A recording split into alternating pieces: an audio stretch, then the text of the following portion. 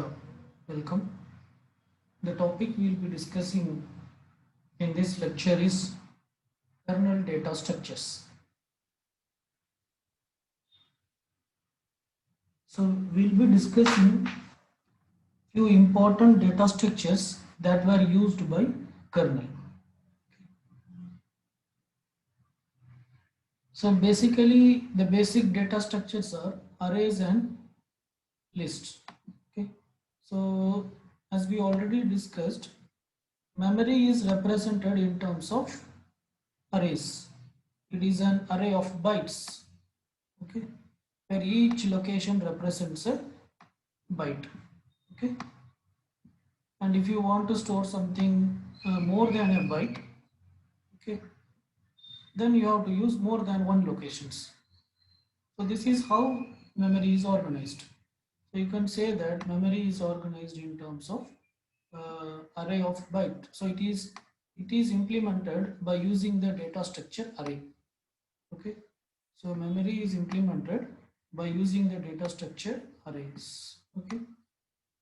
But so use when you are using array, you can access any location directly. You can access first location or any location in between, or any location you can access directly when you are using the data structure array. But the problem with the array is whatever you are storing in the array, you should know the size in advance. How much byte it is, whether it is 1 byte, 2 byte, 3 bytes, you should know. Then only you can allocate in the appropriate location. Okay. So what if the size if you have a data which is variable in size? Okay, uh, that is the data may grow in size or it may shrink in size. In that case, what should we do? So we have another data structure called as list. So list is also a sequential data structure like array. Array is also a sequential data structure. So list is also a sequential data structure. That is, it contains sequence of elements. Array also contains sequence of elements. The the main difference between list and an array is in an array you can access any item directly. If you want to access first item, you access first item. If you want to access kth item, you access kth item. But that is not the case in list. If you want to access kth item, then you should access all the k minus you should access all the k minus 1 item, and then only you can access the kth item. Okay, you cannot directly go and access the kth item. Okay, that is the main difference between array and list. But there are certain circumstances at which list will be much useful, because in a list you can store data items which grows and shrink in size, okay. And also you can maintain the relative position of the neighboring data items. Say that I say that I want to delete one item from the list, but after deleting that also, the neighbor should not be disturbed. That is this and this should now become the neighbors. Okay, so such sequences can be maintained by using list. Okay, so um, and and not only that, and as we discussed, the the the size of the list can each the size of the each element of a list can grow and shrink. Okay, each data items in the list can either increase or decrease in size. So whereas which is not possible in case of array. So in such cases we go for list. So basically, there are three types of list. These are single linked list, double linked list, and circular linked list. Okay, so what is a single linked list? So this is how a single linked list looks like. Okay, we call every element as a node. So basically, single linked list contains a collection of nodes, and each node contains a data part and a pointer. So this is the data, and here is a pointer. The pointer will point to the next data, or it will point to the next node. So again, the next node, it will have a data part and it will have a pointer. Okay, and this will point to the and this will point to the next node. Okay, this goes on. So there is no limit for the size of the linked list. It can grow up to any size. Okay, finally, so each one is a node. This is a node, this is a node. So everything is a node.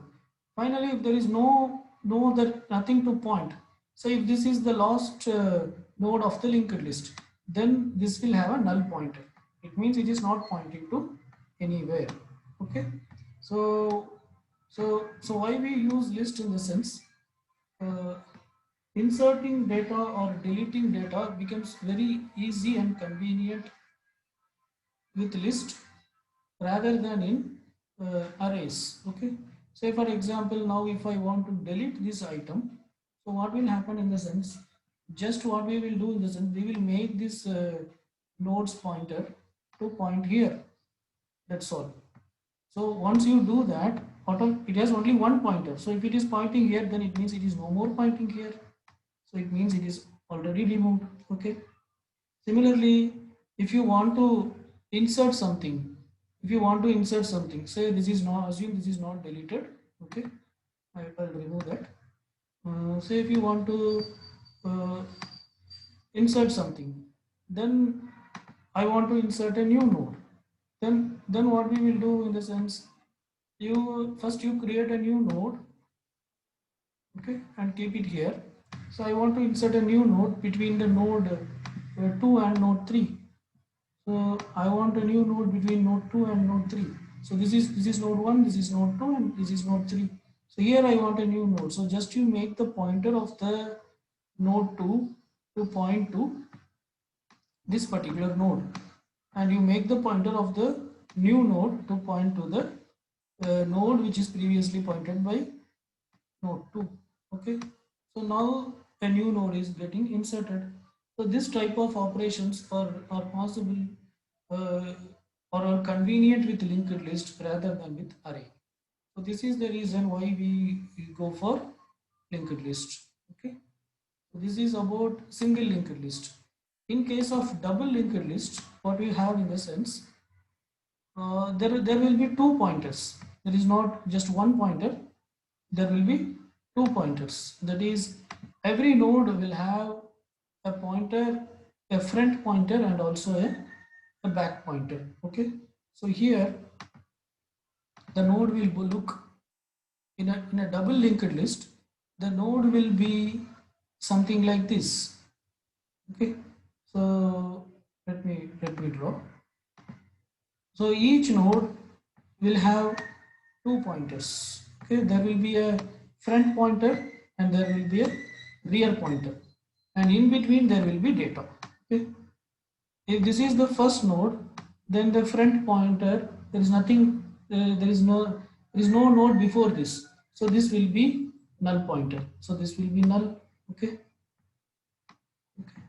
and if there is a new node, there is another node here, then that node will be pointed by this particular back pointer. Okay, there will be a pointer in the front and also there will be a pointer in the back.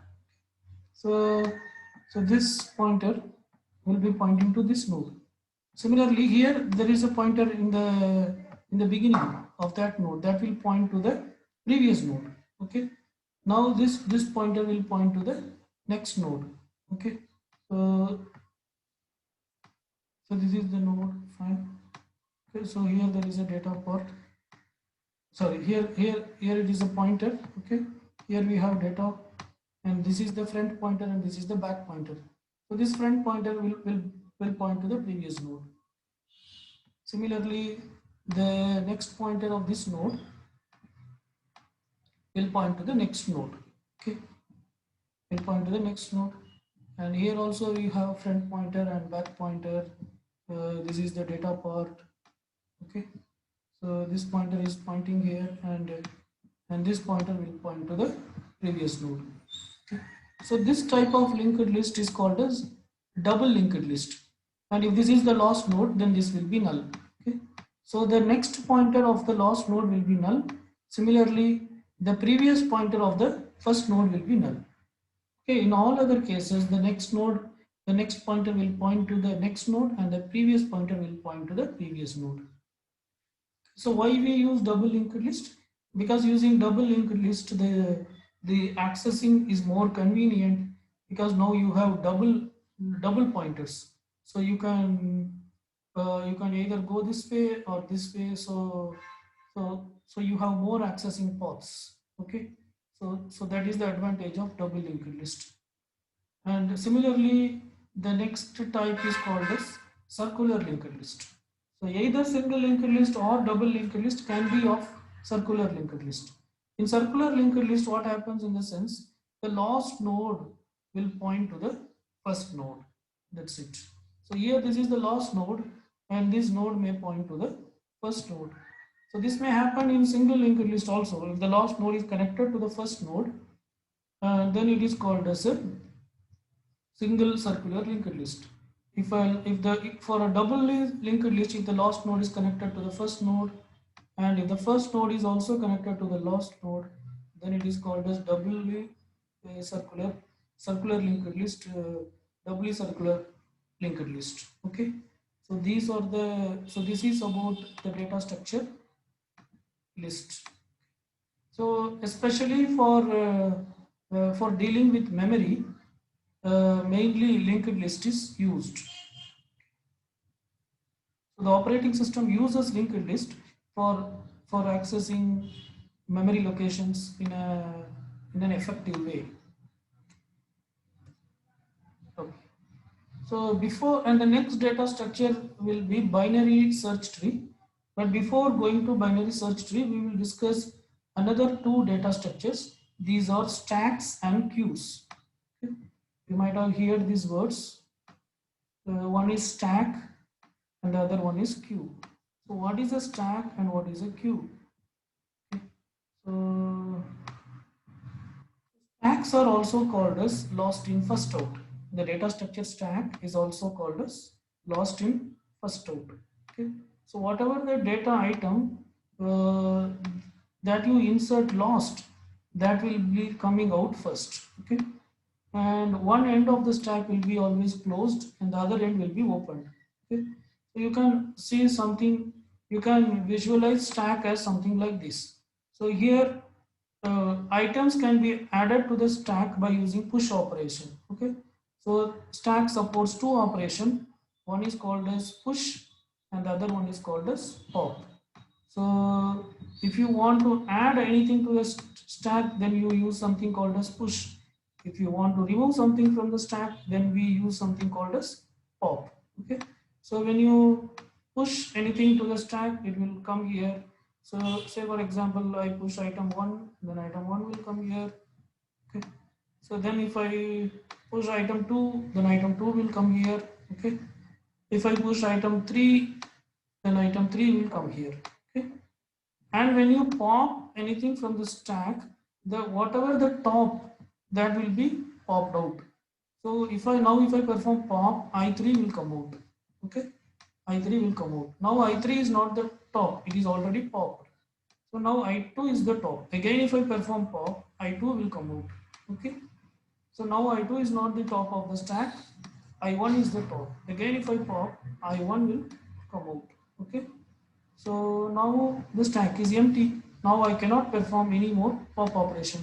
If I perform pop, it will fail. Now you can only perform push operation. So you can perform push operation as long as the stack is not full. Once the stack is full, it will not allow push operation. So stacks are used extensively in computer science.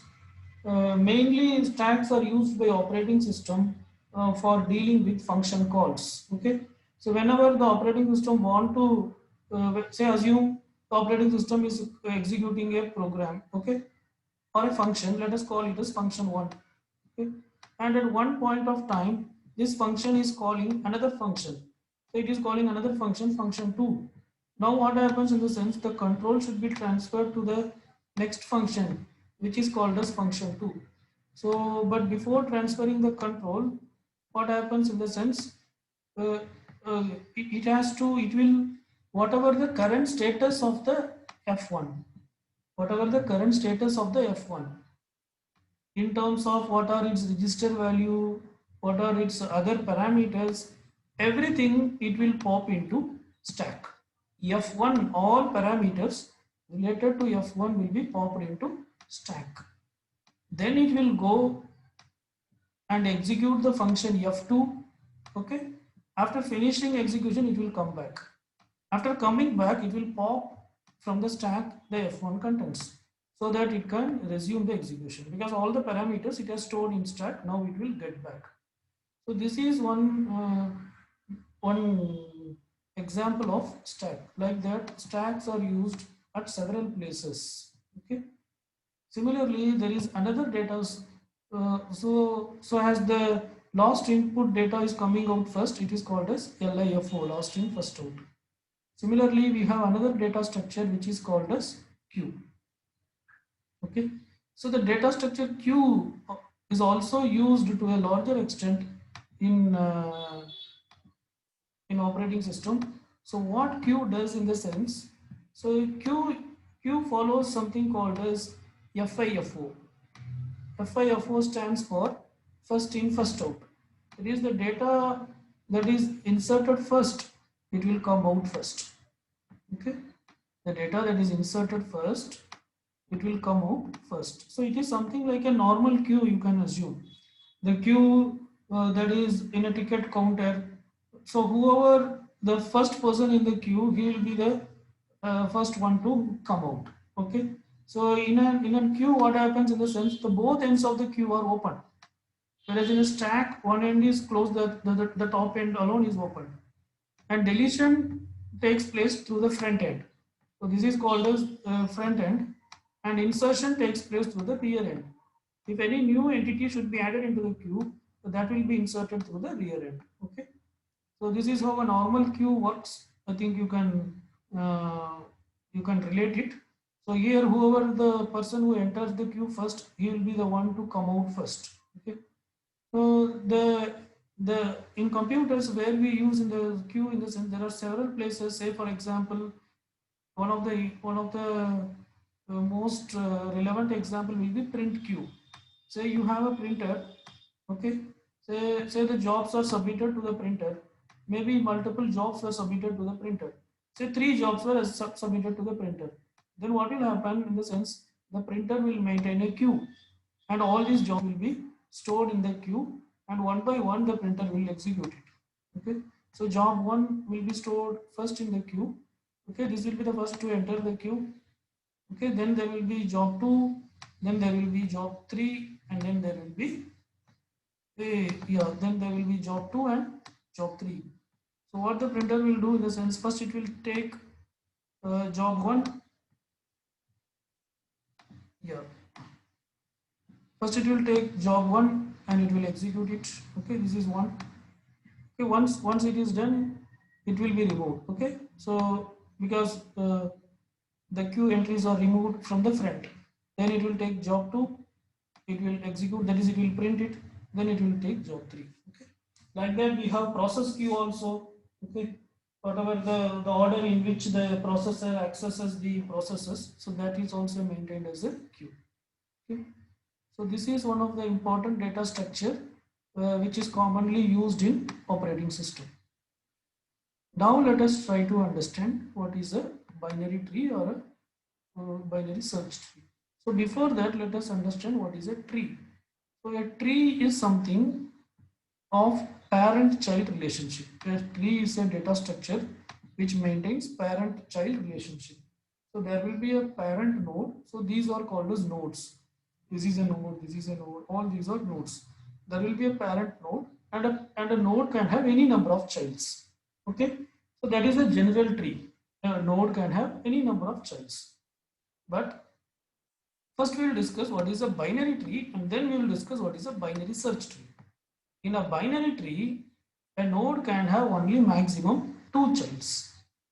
A node can have only maximum of 2 childs. Okay, so one will be the left child, the other will be the right child. So such a tree is called as a binary tree. So this is an example of binary tree. Here you can see every node has two childs. So this is an example of a binary tree. A node can have at most two childs, not more than that. What is a binary search tree? A binary search tree is one. A binary search tree is a binary tree. First, it should be a binary tree. That is, uh, the node cannot have more than two childs, and then the left child will be always lesser than the root node. Here, this is the root node. Okay, the left child will be always lesser than the parent node. Okay, so 12 is lesser than 17, and the right child will be always greater than the parent node. 35 is greater than 17. Similarly, if you see 6 is lesser than 12 and 14 is lesser than 14 is greater than 12. Similarly, 32 is lesser than 35 and 40 is greater than 35. If this sequence is ensured, that is, if the left node is lesser than the parent node and if the right node is greater than the parent node, then such a tree is called as a binary search tree. Okay? So why we maintain this tree, all these things means it is a one form of data structure. All these things the operating system does only to access data in a faster rate. Okay. So if say for example, if operating system want to access some data, then it will follow that order. In case of a binary search tree, what it will do in the sense, say if you want to, if the operating system want to access 14, the number 14 in this tree, then it will check first 14 with the root node. What is the value of the root node? 17. Is what it want to check 14? Is it greater than the root node or less than the root node? It is less, so it will come to the left side. Okay, then it will take this value 12. It will compare with 14. Is the 14 is greater than 12 or less than 12? It is greater, so it will go here. And now it finds the data, it will fetch. Okay, like that the operating system accesses the data. To access data in a faster or in a quicker way, it uses this. Okay, but still the worst case performance of a binary search tree is order of n. That is that is that is it may have to go through n levels. So these are level. This is level 1 and this is level 2. If these are levels, okay, it may go up to n levels for a particular data in worst case scenario. Okay, so for example, here n represents number of values. So sometimes it may, here this tree contains 7 values. Sometimes it may need to go up to 7 levels also. Okay, there is another advanced concept called as balanced binary search tree. So balanced tree, it means there are some mechanisms to balance a tree that will be probably will be discussing in design and analysis of algorithm course. So there are some mechanism for balancing a tree. So if it is a balanced binary search tree, then uh, then the performance will increase by order of log n. That is, it will have maximum only log n levels. It will not have n levels. Okay. So as of now, you just understand that a binary search tree, a balanced binary search tree will perform better than a binary search tree. Okay. Here n represents level. Log n will be surely lesser than n. So it can access the data at a very faster rate because it need not go up to n levels. It can get it in log n levels. So that's it about binary search tree. Okay, I think we will stop here. So there is another data structure which is called as